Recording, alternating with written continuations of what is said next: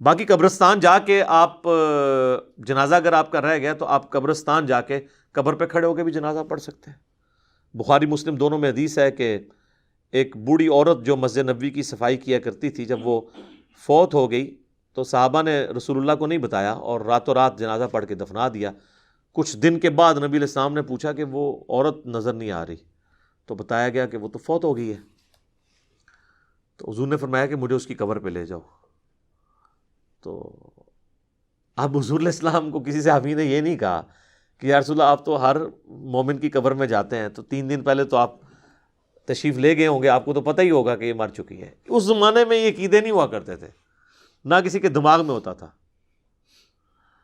تو رسول اللہ صلی اللہ علیہ وسلم کو وہ قبر پہ لے گئے تو آپ علیہ السلام نے جا کے وہاں پہ قبرستان میں اس کی قبر پہ کھڑے ہو کر جنازہ پڑھا۔ یہ غائبانہ نماز جنازہ نہیں ہوتا کیونکہ اس میں تو قبر سامنے ہوتی ہے، اور اس کا طریقہ یہ ہوتا ہے کہ آپ نے قبر کی ایسی سائڈ پہ کھڑے ہونا ہے کہ آپ کا قبلہ کی طرف رخ ہو اور قبر آپ کے سامنے ہو۔ اور پھر آپ علیہ السلام نے واپسی پر فرمایا، مسلم شریف میں ڈیٹیل ہیں، اس میں الفاظ ہیں کہ یہ قبریں اندھیروں میں ڈوبی ہوئی تھی، اللہ نے میرے جنازہ پڑھنے کی برکت سے انہیں نور سے بھر دیا۔ اب یہ سبحان اللہ تو آپ نے بول دیا ہے، لیکن اس کا جو ایک تلخ پہلو ہے کہ نبی کی دعا کی برکت سے کسی کافر کی قبر جو ہے نا وہ نور سے نہیں بھر سکتی، کیونکہ کافر کے بارے میں تو نص قطعی ہے قرآن کی۔ وہ تو سورہ توبہ میں آپ 70 دفعہ بھی دعا کریں ہم نہیں قبول کریں گے، منافقین کے لیے، کافروں کے لیے۔ تو یہ مسلمانوں کی قبریں تھیں نمبر 1۔ اور مسلمان ظاہر بریلوی دیوبندی اہل حدیث نہیں، اس زمانے کے مسلمان۔ میں صحابہ نہیں کہتا ورنہ آپ کہیں گے گستاخی ہو گئی ہے، آپ خود ہی پوچھ لیجیے گا پھر کون لوگ ہوں گے جو حضور کی زندگی میں فوت ہو چکے ہیں ایمان کی حالت میں۔ اچھا، تو نبی علیہ السلام نے فرمایا کہ نور سے اللہ تعالیٰ نے ان کی قبروں کو بھر دیا۔ اچھا، پہلے اندھیروں میں تھی، اور اس سے یہ بھی پتہ چلا کہ رسول اللہ کی برکت کیا ہے کہ آپ کے جنازہ پڑھنے کی برکت سے اللہ تعالیٰ نے آپ کی دعا کی برکت سے ان کو یہ نفع عطا فرمایا۔ اب یہ حضور کی دعا ہی ہے، باقی تو جنازہ تو صحابہ نے بھی ان کا پڑھا ہوگا، ٹھیک ہے۔ یہاں تو لوگ کہتے ہیں بزرگ جنازہ پڑھ لیں تو جناب سمجھو کہ اگلے پچھلے سارے مردے بخشے گئے، تو جنازے تو ان کے بھی ہوئے تھے، لیکن حضور کے جنازہ پڑھنے سے فرق پڑا، ویسے تو نہیں پڑا۔ اس طرح بخاری مسلم میں حدیث ہے، نبی علیہ السلام ایک جگہ سے گزر رہے تھے تو آپ کا خچر بدک گیا اور آپ رک گئے، تو صحابہ نے پوچھا یا رسول اللہ کیوں رکے ہیں؟ آپ نے فرمایا ان 2 قبر والوں کو عذاب ہو رہا ہے۔ کسی صحابی نے نہیں کہا کہ کشف القبور ہے، ہمارے جو گھوڑے کے قدموں سے خاک نکل کے جو ہمارے گھوڑے کے نتھنے میں بیٹھے گی، وقت کا بڑے سے بڑا غوث بھی اس مرتبے کو نہیں پہنچ سکتا، جب غوث قبروں کے اندر جھانک کے دیکھ لیتے ہیں تو یا رسول اللہ ہم بھی ابھی دیکھ لیتے ہیں۔ وہ تو حضور سے پوچھ رہے ہیں کہ یا رسول اللہ یہ کیا ہے، قبر کے اندر کیا ہو رہا ہے؟ سب کہانی ہے۔ بلکہ مسلم شریف میں تو الفاظ ہیں آگے کہ میں نے ارادہ کیا کہ میں اللہ سے دعا کروں کہ تمہیں عذاب قبر سنوا دے، لیکن پھر مجھے ڈر ہوا کہ تم اپنے مردوں کو دفنانا چھوڑ دو گے۔ تو صحابہ نے تو سنا بھی نہیں، دیکھنا تو بڑی دور کی بات ہے۔ بخاری اور مسلم دونوں میں حدیث ہے، ایک مدعم نامی غلام تھا حضور کا جو آپ کے سواری کا کجاوا کسا کرتا تھا۔ غزوہ خیبر کے موقع پر ایک نامعلوم تیر لگا اور وہ شہید ہو گیا۔ صحابہ نے کہا یہ تو سیدھا جنتی ہے، حضور کا خدمت گزار ہے، ظاہر ہے جی ہم بھی ہوں تو یہی کہیں۔ آپ فرمایا تم جنت کی بشارت دے رہے ہو، اس نے مال غنیمت سے ایک چادر چوری کی تھی، اللہ نے مجھے دکھایا وہ آگ کی بنا کے اس پہ ڈال دی گئی ہے۔ اب باقی اصحاب میں سے اگر کسی نے ایک رسی بھی چھوٹی سی یہ سمجھ کے اٹھائی کہ مال غنیمت میں اس کی کیا ویٹیج ہے اور گھر لے گیا تھا، فوراً گھروں کو باغے لا کے حضور کے پاس جمع کروائی کہ بھئی یہ آپ ہوتے تو آپ کہتے جو کچھ بھی ہیں تیرے محبوب کی امت سے ہیں۔ تو محبوب کے ساتھ جو ڈائریکٹلی اٹیچ بندہ ہے اس کو اس نسبت نے کام نہیں دیا جب اس نے کام غلط کیا، کیونکہ محبوب کے ساتھ تو آپ کی رشتہ داری ہو سکتی ہے، اللہ کا کوئی رشتہ دار نہیں ہے سر، اللہ کے ساتھ کسی کی رشتہ داری نہیں ہے۔ غوث پر سارے فیل کرتے ہیں، میں میرا میکینیکل انجینئرنگ دا فارمولا کو غوث پڑھ کے نا ویکھ کے میں لکھ کے دینا لکھ کے انہوں دیکھ کے پڑھ کے دس دے، کوئی زبانی تو بڑی دور دی گل ہے، اور میں صرف کہہ رہا ہوں پڑھ کے بتا دے، سمجھا تو مجھے پتا ہے کہ وہ سکتا ہی نہیں ہے جب تک اس نے انجینئرنگ نہیں کی ہوگی۔ اور ان کا تو دعویٰ ہے نا کہ اللہ کو تو انجینئرنگ آتی ہے نا جی، کہ اللہ ان کو سکھاتا ہے تو پھر سکھا دے اللہ ان کو، سب کہانیاں بنائی ہوئی انہوں نے۔ تو نبی علیہ السلام فرمایا کہ ایک پیشاب کے چھینٹوں سے نہیں بچتا تھا، دوسرا چغلی کھایا کرتا تھا۔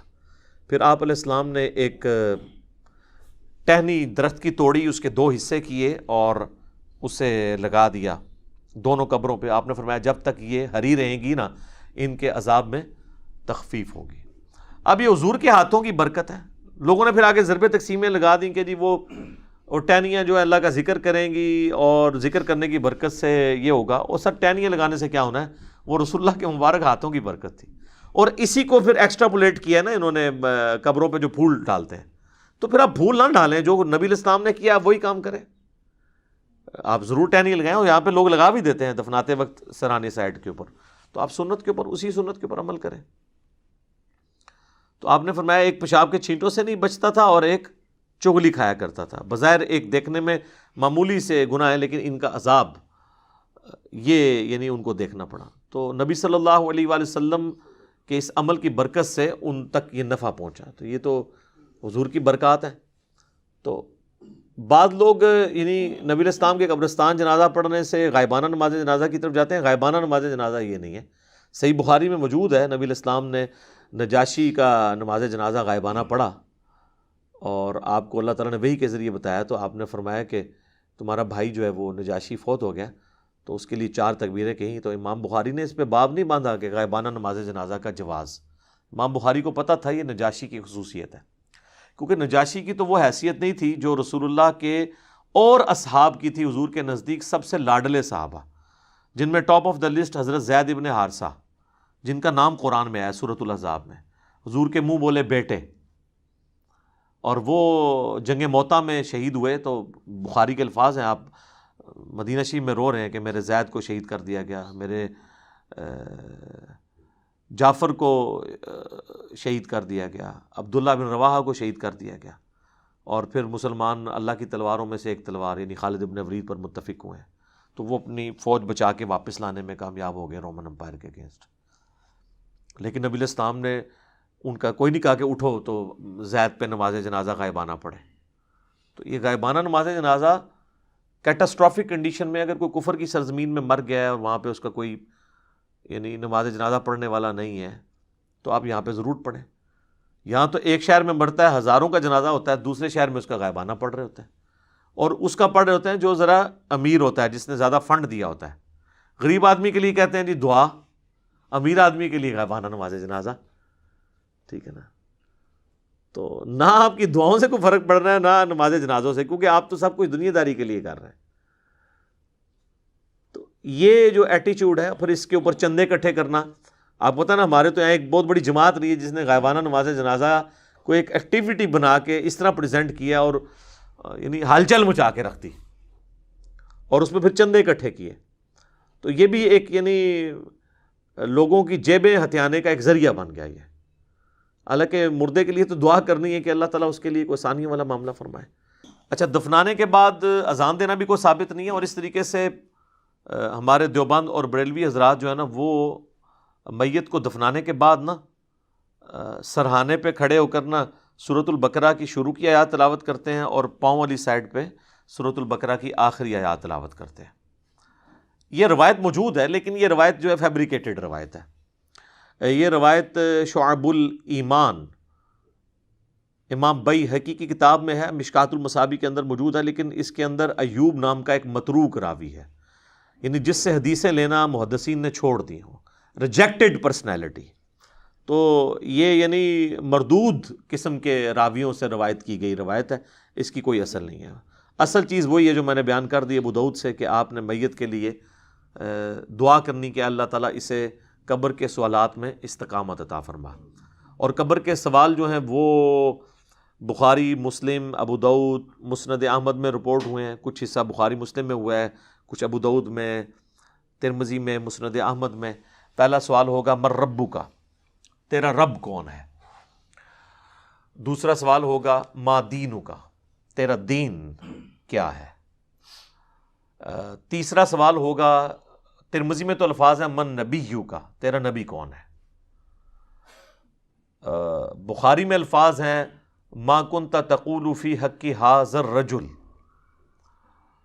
تو اس مرد کے بارے میں دنیا میں کیا کہا کرتا تھا, یا تو کیا کہے گا اس کے بارے میں. وہ کہتے ہیں جی نبی علیہ السلام کی شکل مبارک دکھائی جاتی ہے, اور پوچھا جاتا ہے اس مرد کے بارے میں، تو یہ حاضر رجل، وہ کہتے ہیں حاضہ کا مطلب تو ہے کہ وہاں پہ موجود ہوں گے. سر اگر حاضہ کا مطلب وہاں پر موجود ہوں گے تو اس کے جواب میں یہ تو نہیں ہونا چاہیے ہوا محمد الرسول اللہ. ہوا تو پھر جو ہے وہ تھرڈ پرسن کا صیغہ ہے، ہونا چاہیے حاضہ محمد الرسول اللہ. تو اس کا جو ایک طریق ہے مسند احمد اور سنن ابی داؤد میں، اس میں الفاظ ہیں اس مرد کے بارے میں تیرا کیا خیال ہے؟ الذی بعث فیکم، جس کو اللہ نے تم میں مبعوث کیا تھا نبی بنا کے. یہ نہیں کہ یہ جو قبر میں آپ کے سامنے آئے ہوئے ہیں یا کوئی قبر میں تصویر دکھائی جاتی ہے، یہ بالکل جھوٹی بات ہے. تو یہ 3 سوالات، اور ایک چوتھا سوال ہے جو میں نے ایکسپلور کیا تھا جس کی وجہ سے کافی ہنگامہ کھڑا ہوا کہ قبر میں 3 نہیں 4 سوال ہوں گے. وہ چوتھا سوال جو ہے وہ مؤمن کے لیے اور منافق کے لیے ڈیفرنٹ ہوتا ہے. وہ بخاری میں بھی ہے، سنن ابی داؤد کے اندر بھی. مؤمن جو ہے وہ تینوں سوالوں کے جواب دیتا ہے تو فرشتے چوتھا سوال کرتے ہیں کہ تجھے کیسے پتہ چلا؟ تو وہ کہتا ہے کہ میں نے اللہ کی کتاب پڑھی اور نبی علیہ السلام کے نبی ہونے کی تصدیق کی. تو اللہ کی کتاب اگر پڑھی نہیں ہوگی تو تصدیق کیسے کریں گے؟ یہ کتاب پڑھیں گے تو آپ تصدیق کریں گے نا.